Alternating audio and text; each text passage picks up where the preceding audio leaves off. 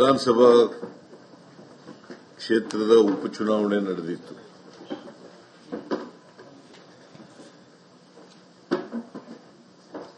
ನನಗಿದ್ದಂತ ಮಾಹಿತಿ ಪ್ರಕಾರ 3 ಚುನಾವಣೆಗಳಲ್ಲಿ ಗೆಲ್ತೀವಿ ಅಂತಕ್ಕಂಥದ್ದು ಇದ್ದಂತ ಮಾಹಿತಿ. ಆ ನಿರೀಕ್ಷೆಯಂತೆ 3 ಉಪಚುನಾವಣೆಗಳಲ್ಲಿ ಗೆದ್ದಿದ್ದೀವಿ. ಪಠಾಣ್ ಅವರು ಸಿಗ್ಗಾಂವ್ ಕ್ಷೇತ್ರದಿಂದ ಗೆದ್ದಿದ್ದಾರೆ. ಸುಮಾರು 13,500 ಮತಗಳ ಅಂತರದಿಂದ ಗೆದ್ದಿದ್ದಾರೆ. ಆಮೇಲೆ ಯೋಗೇಶ್ವರ್ ಚನ್ನಪಟ್ಟಣದಿಂದ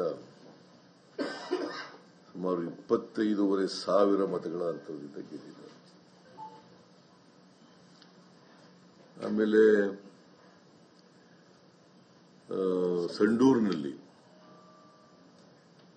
ತುಕಾರಾಂ ಅವರ ಧರ್ಮಪತ್ನಿ ಶ್ರೀಮತಿ ಅನ್ನಪೂರ್ಣ ತುಕಾರಾಂ ಅವರು 9,600 ಚಿಲ್ಲರೆ ವೋಟ್ನಲ್ಲಿ ಗೆದ್ದಿದ್ದಾರೆ. ಬಿಜೆಪಿಯವರು 3 ಚುನಾವಣೆಗಳಲ್ಲಿ ಗೆಲ್ತೀವಿ ಅಂತೇಳಿ ಎಲ್ಲ ಕಡೆ ಹೇಳ್ತಾ ಇತ್ತು.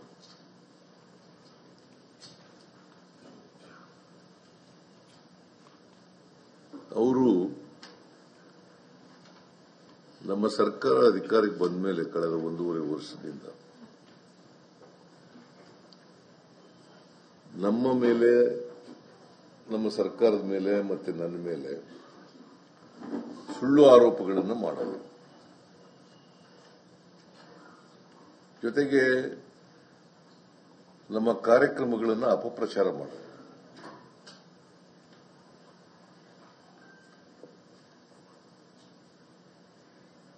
ಸುಳ್ಳು ಆರೋಪಗಳು ವಾಲ್ಮೀಕಿ ಅಭಿವೃದ್ಧಿ ನಿಗಮದಲ್ಲಿ ಭ್ರಷ್ಟಾಚಾರ ಆಗಿದೆ, ಅದಕ್ಕೆ ಸಂಬಂಧಪಟ್ಟಂತ ಮಂತ್ರಿ ಸಿದ್ದರಾಮಯ್ಯ ಕಾರಣ. ಆಮೇಲೆ ಮೂಡ ಪ್ರಕರಣದಲ್ಲಿ ಸೈಟ್ಗಳ ಹಂಚಿಕೆ ಕಾನೂನುಬಾಹಿರವಾಗಿದೆ. ಸಿದ್ದರಾಮಯ್ಯ ಏನು ಪಾತ್ರ ಇಲ್ಲದೆ ಹೋದ್ರೂ ಪಾತ್ರ ಇದೆ ಅಂತೇಳಿ ಹೇಳೋದು. ಸಿದ್ದರಾಮಯ್ಯನ ಪಾತ್ರ ಏನೂ ಇಲ್ಲೇನೂ ಕೂಡ ಏನೂ ಇಲ್ಲ ಇದೆ ಅಂತ ಹೇಳೋದು. ಆಮೇಲೆ ಈ ವಕ್ಫ್ ಪ್ರಾಪರ್ಟಿ ವಿಚಾರದಲ್ಲಿ ಕೋಮುವಾದ ಸೃಷ್ಟಿ ಮಾಡಲಿಕ್ಕೆ ಪ್ರಯತ್ನ ಮಾಡತಕ್ಕಂಥದ್ದು. ನಾನು ಯಾಕೆ ಈ ಮಾತು ಹೇಳ್ತಾ ಇದ್ದೀನಿ ಅಂದ್ರೆ, 2014 ನೀವು ಲೋಕಸಭಾ ಚುನಾವಣೆಯಲ್ಲಿ ಅವರ ಪ್ರಣಾಳಿಕೆ ನೋಡಿರಬೇಕು ಅಂತ ಅನ್ಕೊಂಡಿದ್ದೀನಿ ನಾನು. ಆ ಪ್ರಣಾಳಿಕೆಯಲ್ಲಿ ಏನ್ ಹೇಳಿದ್ದಾರೆ ಅಂತಂದ್ರೆ, ನಾವು ಇಸ್ಲಾಂ ಗುರುಗಳ ಜೊತೆ ಮಾತಾಡಿ ಧಾರ್ಮಿಕ ಗುರುಗಳ ಜೊತೆ ಮಾತಾಡಿ ಯಾರ್ಯಾರು ವಕ್ಫ್ ಪ್ರಾಪರ್ಟಿನ ಅತಿಕ್ರಮಣ ಮಾಡ್ಕೊಂಡಿದ್ದಾರೆ, ಅದೆಲ್ಲಿ ಪ್ರಭಾಕರ ಅದು ಕೊಡೋದು ಅವ್ರ ಪ್ರಣಾಳಿಕೆ. ಯಾಕಂದ್ರೆ ಇವರು ನಾ ಸುಳ್ಳು ಹೇಳ್ಬಿಡ್ತೀನಿ ಅಂತ ಆದ್ರೂ ನಾನು ಹೇಳ್ಬೇಕಲ್ಲಪ್ಪ, ನೀವು ನಂಬಲ್ಲ. 3 ವಿಧಾನಸಭಾ ಕ್ಷೇತ್ರದ ಉಪಚುನಾವಣೆ ನಡೆದಿತ್ತು.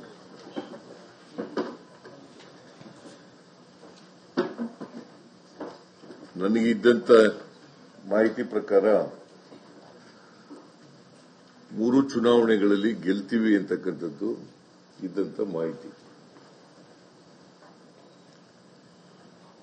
ಆ ನಿರೀಕ್ಷೆಯಂತೆ 3 ಉಪಚುನಾವಣೆಗಳಲ್ಲಿ ಗೆದ್ದಿದ್ದೀವಿ. ಪಠಾಣ್ ಅವರು ಸಿಗ್ಗಾಂವ್ ಕ್ಷೇತ್ರದಿಂದ ಗೆದ್ದಿದ್ದಾರೆ. ಸುಮಾರು 13,500 ಮತಗಳ ಅಂತರದಿಂದ ಗೆದ್ದಿದ್ದಾರೆ. ಆಮೇಲೆ ಯೋಗೇಶ್ವರ್ ಚನ್ನಪಟ್ಟಣದಿಂದ ಸುಮಾರು 25,500 ಮತಗಳ ಅಂತರದಿಂದ ಗೆದ್ದಿದ್ದಾರೆ. ಆಮೇಲೆ ಸಂಡೂರಿನಲ್ಲಿ ತುಕಾರಾಂ ಅವರ ಧರ್ಮಪತ್ನಿ ಶ್ರೀಮತಿ ಅನ್ನಪೂರ್ಣ ತುಕಾರಾಂ ಅವರು 9,600 ಚಿಲ್ಲರೆ ವೋಟ್ನಲ್ಲಿ ಗೆದ್ದಿದ್ದಾರೆ.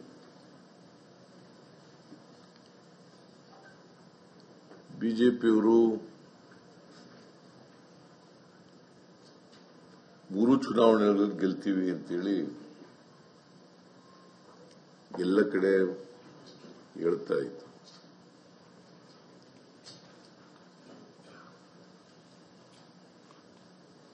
ಅವರು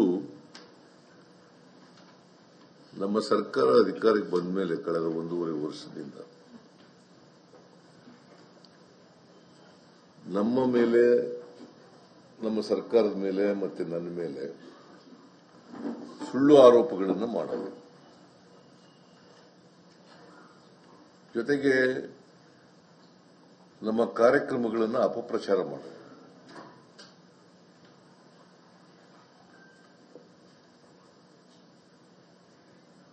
ಸುಳ್ಳು ಆರೋಪಗಳು ವಾಲ್ಮೀಕಿ ಅಭಿವೃದ್ಧಿ ನಿಗಮದಲ್ಲಿ ಭ್ರಷ್ಟಾಚಾರ ಆಗಿದೆ, ಅದಕ್ಕೆ ಸಂಬಂಧಪಟ್ಟಂತ ಮಂತ್ರಿ ಸಿದ್ದರಾಮಯ್ಯ ಕಾರಣ. ಆಮೇಲೆ ಮೂಡ ಪ್ರಕರಣದಲ್ಲಿ ಸೈಟ್ಗಳ ಹಂಚಿಕೆ ಕಾನೂನುಬಾಹಿರವಾಗಿದೆ. ಸಿದ್ದರಾಮಯ್ಯ ಏನು ಪಾತ್ರ ಇಲ್ಲದೆ ಹೋದ್ರೂ ಪಾತ್ರ ಇದೆ ಅಂತೇಳಿ ಹೇಳೋದು, ಸಿದ್ದರಾಮಯ್ಯನ ಪಾತ್ರ ಏನೂ ಇಲ್ಲೇನೂ ಕೂಡ ಏನೂ ಇಲ್ಲ ಇದೆ ಅಂತ ಹೇಳೋದು. ಆಮೇಲೆ ಈ ವಕ್ಫ್ ಪ್ರಾಪರ್ಟಿ ವಿಚಾರದಲ್ಲಿ ಕೋಮುವಾದ ಸೃಷ್ಟಿ ಮಾಡಲಿಕ್ಕೆ ಪ್ರಯತ್ನ ಮಾಡ್ತಕ್ಕಂಥದ್ದು. ನಾನು ಯಾಕೆ ಈ ಮಾತು ಹೇಳ್ತಾ ಇದ್ದೀನಿ ಅಂದ್ರೆ, 2014 ನೀವು ಲೋಕಸಭಾ ಚುನಾವಣೆಯಲ್ಲಿ ಅವರ ಪ್ರಣಾಳಿಕೆ ನೋಡಿರಬೇಕು ಅಂತ ಅನ್ಕೊಂಡಿದ್ದೀನಿ ನಾನು. ಆ ಪ್ರಣಾಳಿಕೆಯಲ್ಲಿ ಏನ್ ಹೇಳಿದ್ದಾರೆ ಅಂತಂದ್ರೆ, ನಾವು ಇಸ್ಲಾಂ ಗುರುಗಳ ಜೊತೆ ಮಾತಾಡಿ ಧಾರ್ಮಿಕ ಗುರುಗಳ ಜೊತೆ ಮಾತಾಡಿ ಯಾರ್ಯಾರು ಪ್ರಾಪರ್ಟಿನ ಅತಿಕ್ರಮಣ ಮಾಡ್ಕೊಂಡಿದ್ದಾರೆ, ಅದೆಲ್ಲಿ ಪ್ರಭಾಕರ ಅದು ಕೊಡೋದು ಅವ್ರ ಪ್ರಣಾಳಿಕೆ. ಯಾಕಂದ್ರೆ ಇವರು ನಾ ಸುಳ್ಳು ಹೇಳ್ಬಿಡ್ತೀನಿ ಅಂತ ಆದ್ರೂ ನಾನು ಹೇಳ್ಬೇಕಲ್ಲಪ್ಪ, ನೀವು ನಂಬಲ್ಲ.